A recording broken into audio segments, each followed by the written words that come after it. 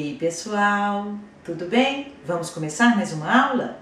Hoje nós vamos falar de surrealismo. Mas antes, vamos fazer aqueles lembretes que fazem o canal crescer e se manter. Curtir o canal, divulgar o canal. Quem não se inscreveu, por favor, se inscreva, né? Se estiver gostando, claro. E tem também aquele sininho que avisa que a Cris está chegando, ok? E o @canal Espalhando Arte lá no Instagram. É muito bacana, tem uns vídeos legais, tem sempre coisas curiosas, interessantes, vale a pena conferir, tá bom? Vamos começar com o surrealismo? Já diria André Breton. Nada existe de inadmissível. O irreal é tão verdadeiro quanto o real. O sonho e a realidade são vasos comunicantes. E assim eu começo a nossa aula. O surrealismo se inicia em 1924 com um manifesto surrealista feito pelo poeta e psiquiatra francês André Breton. O da frase que eu falei há pouco. Ele foi fortemente influenciado pelas teorias psicanalíticas de Sigmund Freud, especialmente seu livro A Interpretação dos Sonhos, de 1899. Freud legitimou a importância dos sonhos e do inconsciente como revelações válidas da emoção e dos desejos humanos. Pois então, o surrealismo vai enfatizar o papel do inconsciente na atividade criativa. Eles foram influenciados pela incerteza política do pós-guerra. Lembrando que o Manifesto 1924, a Primeira Guerra, tinha sido de 1914 a 1918. Vindos da aula de dadaísmo, que foi a última que eu dei, nós já sabemos que a razão estava em baixa. Para que ela servia? Toda a razão do mundo se ela não foi capaz de evitar a guerra. Lembram disso? Por isso, ele cultua o absurdo, o sem sentido, o irracional. Pois bem, nesse contexto, o surrealismo começou fortemente aliado ao Dada, mas foi o desejo de André Breton de trazer um propósito ao Dada que não agradou a Tristan Tzara com seu anti-autoritarismo. Tristan Tzara, ele queria anarquia mesmo, o nada, nonsense. E já o André Breton trouxe um certo propósito. Então, por isso, o dadaísmo se diluiu e aí começou o surrealismo. Mas o fato é que os surrealistas também estavam dispostos a desafiar os valores e normas impostos e buscar a liberdade. E como eu disse há pouco, eles foram super influenciados pelas teorias psicanalíticas de Freud. O psicanalista é aquele que estuda a mente humana e tenta compreendê-la. Freud acreditava que a nossa mente estava dividida em duas partes. A parte consciente e a parte inconsciente. A mente consciente é a que usamos para tomar decisões todos os dias. Tipo, se eu vou a pé ou de bicicleta para o trabalho. A mente inconsciente é onde as memórias são armazenadas. E na maioria das vezes não temos acesso ao nosso inconsciente. Mas às vezes as memórias ali armazenadas se misturam em nossos sonhos e foi isso que alguns artistas tentaram pintar. Outra maneira, por exemplo, de liberar o inconsciente sem ser os sonhos é a bebida, a droga. Eu costumo brincar que a pessoa bêbada, ela fala algumas verdades que ela não falaria se ela estivesse sóbria, não. Ela só fala porque ela está bêbada. Então é aquela coisa de liberar, né? Falar, você é chato demais, eu não gosto de você não, nunca gostei. Quer dizer, A mente consciente, a nossa moral, fala, não, você não deve falar isso não é de bom tom, né? Já a pessoa com o inconsciente mais liberadinho pela bebida, fala o que está guardado lá dentro, proibido, né? O inconsciente guarda assim as coisas proibidas também, sabe? Pois então, o inconsciente é a palavra-chave do surrealismo. Eu falo demais dessa coisa de palavra-chave porque eu acho que é uma maneira rápida de você ir para o estilo no que ele é resumido, assim, a grosso modo, óbvio, né? Então, dadaísmo, nada, absurdo. Surrealismo, inconsciente, sonho. E olha que interessante, André Breton, em seu manifesto surrealista, definiu o surrealismo como estado puro, mediante o qual se propunha transmitir verbalmente, por escrito ou por qualquer outro meio, o funcionamento do pensamento, ditado do pensamento, suspenso qualquer controle exercido pela razão, alheio a qualquer preocupação estética ou moral. O que Breton está propondo é que os artistas contornem a razão e a racionalidade acessando sua mente inconsciente. Seria o que eles denominavam automatismo psíquico. No automatismo psíquico, o objetivo era escrever o mais rápido possível, sem intervir com a consciência para guiar a mão. Então, essa é a escrita automática, sem controle da razão, né? Sem o consciente guiar a minha mão para alguma coisa. Bonito, feio, é uma casa, é um peixe, é isso, é aquilo. O que eu fiz? Não deu tempo, simples assim. Pois então, eles tinham como prática a realização de jogos como forma de aumentar o repertório imagético e onírico dos artistas. Um dos mais conhecidos e importantes é o jogo Cadavre Excuse, que poderia ser feito tanto na forma verbal como também na visual. O jogo é para compor uma frase ou um desenho feito por várias pessoas sem um saber o que o outro tinha feito.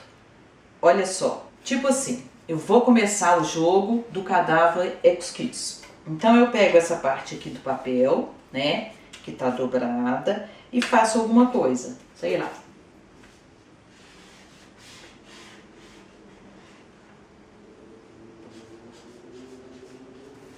Fiz. Tô na vibe surreal. Aí você entrega pro próximo o papel dobrado, sem ele ver o que eu fiz. Aí ele faz.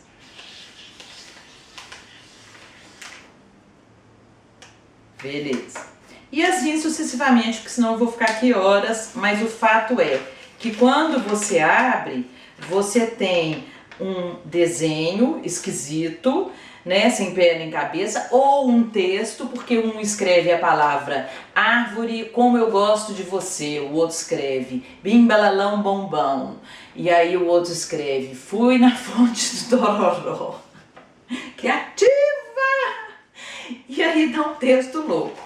Tá? Então esse era a brincadeira, o jogo, o Cadavre Excuse. Gente, pode parecer bobo, mas é interessante para soltar, sabe? Para liberar do racional do que vai ser feito, entendeu? Do que vai ser criado. Então, esse era o Cadavre Excuse. Eu estou mostrando para vocês, né, exemplos de Cadavre Excuse que são feitos por várias pessoas, cada um fazendo seu pedacinho, depois abrindo tudo, e aí vocês veem que ficam umas imagens bem interessantes, assim, meio misteriosas, estranhas, bizarras, ok? Bem, eu organizei a minha aula falando de 2 estilos ou métodos que distinguiam a pintura surrealista. Tem só esses 2? Não, tem vários. Mas eu peguei, assim, como sempre faço, né? Tentando fazer um bom resumo de peso, tentei pegar esses 2 estilos ou métodos principais do surrealismo, ok? O primeiro é quando artistas como Salvador Dalí, René Magritte fazem pinturas hiperrealistas em que os elementos, os objetos eram representados com detalhes nítidos, com a ilusão de tridimensionalidade, bem realista, enfatizando sua qualidade de sonho. Sabe quando a gente sonha e que é uma coisa às vezes doida? Sonhei com um elefante rosa voando, de asas voando. É uma coisa doida. Mas aí você fala, gente, mas foi tão real, né? Parecia mesmo que ele estava lá voando com suas asas e ele era rosinho. Então, por isso que eu falo, é um realismo que ele é tão grande, ele é tão hiperrealista que ele leva até para essa impressão de sonho. Vou começar com o artista francês René Magritte, falando de suas pinturas dentro de pinturas. Vou falar do quadro A Condição Humana, de 1933. Aqui ele faz um trocadilho visual da relação entre a representação de algo e a própria coisa, ou seja, o real. Em seu quadro, uma tela fica em um cavalete diante de uma janela e reproduz exatamente a cena fora da janela que estaria atrás da tela.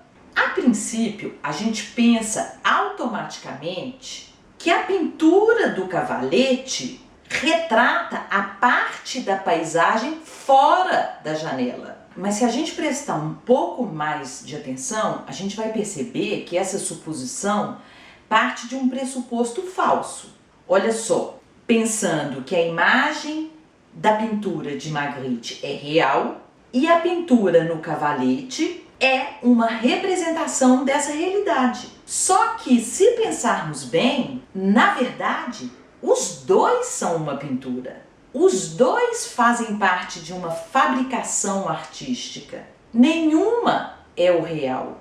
É o tal do trocadilho visual que eu falei entre o real e a representação. E esse estilo hiperrealista que ele usa faz com que essa configuração estranha pareça um sonho. E olha como o contorno do cavalete é quase imperceptível. E alguns interpretam como sendo para mostrar a linha tênue entre realidade e percepção. E outra coisa, também é impossível a gente saber se o que ele pinta na tela do cavalete é exatamente o que está por trás dela. Ou se talvez ela exiba uma cena idealizada. A gente não sabe. E ele ainda alinha a tela o suficiente para que o observador não veja o que pode estar além.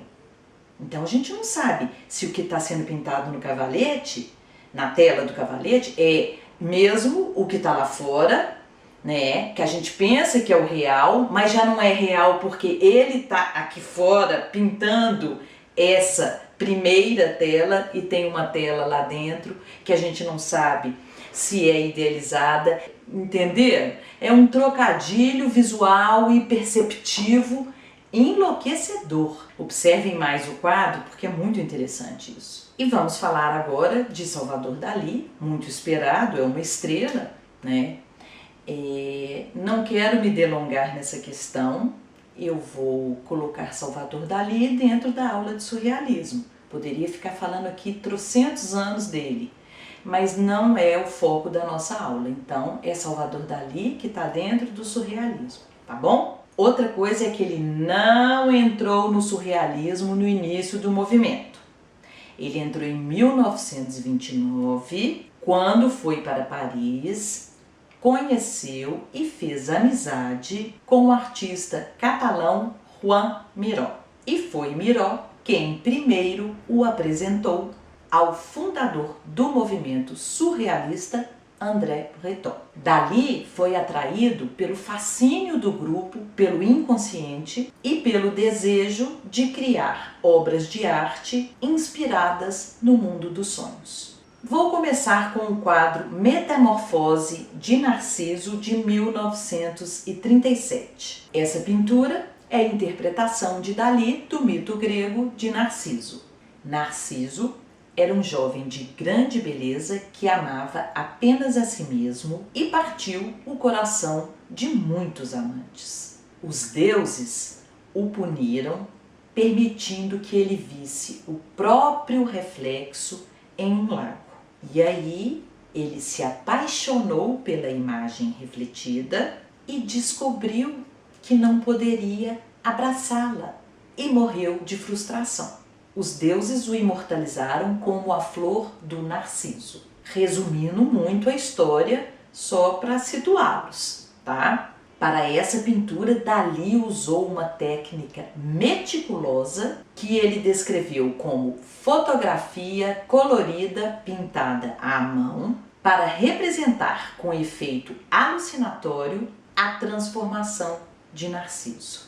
Ao fundo, vemos Narciso como era antes da transformação e à frente a mão que segura o ovo com a flor nascendo, um narciso, que inclusive duplica a imagem do Narciso antes da transformação.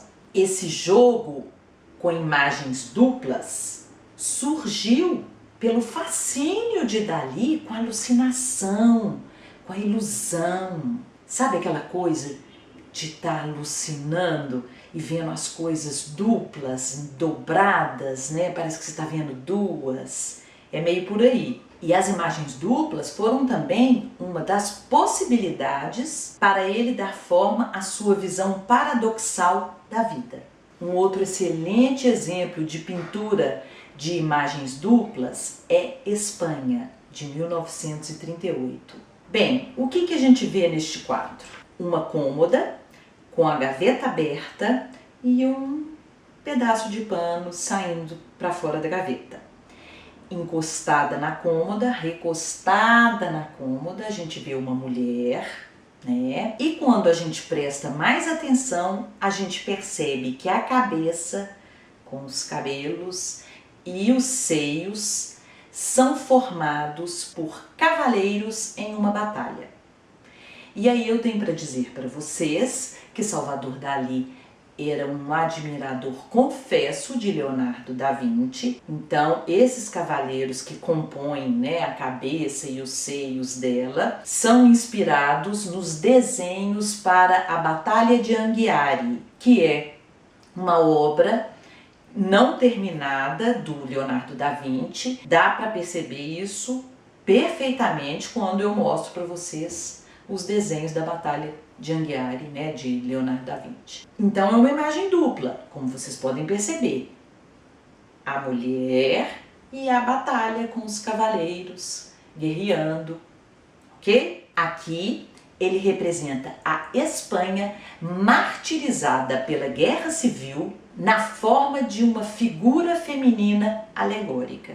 Por que ele está representando a Espanha martirizada pela Guerra Civil? O quadro de 1938, quando em 1936 começa a Guerra Civil Espanhola, que foi a disputa entre republicanos e os fascistas liderados por ninguém mais do que o General Franco. Então foi um horror essa guerra para a Espanha, né, uma guerra pesada. E aí ele faz, né, essa figura feminina, uma alegoria da Espanha martirizada pela guerra. E é interessante que quando eu estava pesquisando a Batalha de Anghiari, né, para ver esses cavaleiros que formam a cabeça e os seios, se era mesmo, né, ver para crer, pesquisando Leonardo da Vinci, eu me deparo com Leda e o Cisne, que é uma importante obra de Leonardo da Vinci, e quando eu fui ver principalmente o desenho preparatório para Leda e o Cisne de Leonardo da Vinci, eu percebi que é a mesma posição de cabeça dessa Espanha, né? Ela está no mesmo ângulo. E os cabelinhos também esvoaçantes da Leda do Leonardo da Vinci tem super a ver, né, com os cabelos esvoaçantes da figura alegórica do Salvador Dalí, Espanha. Isso é uma conclusão minha. mas eu acho que tem relação.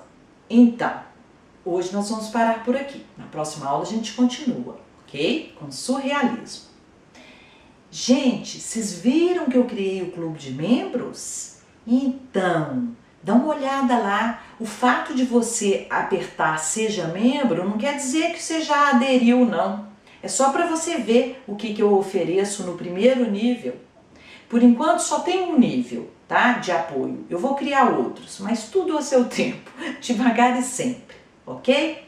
Vai lá, dá uma olhadinha. Eu acho que vocês vão gostar. E se vocês estão se divertindo, aprendendo com as minhas aulas, não me agradeçam. Agradeçam aquele lindo pessoal lá do Patreon e os apoiadores do canal que têm contribuído para que esses vídeos aconteçam. O meu muito obrigada. Beijo, até a próxima aula.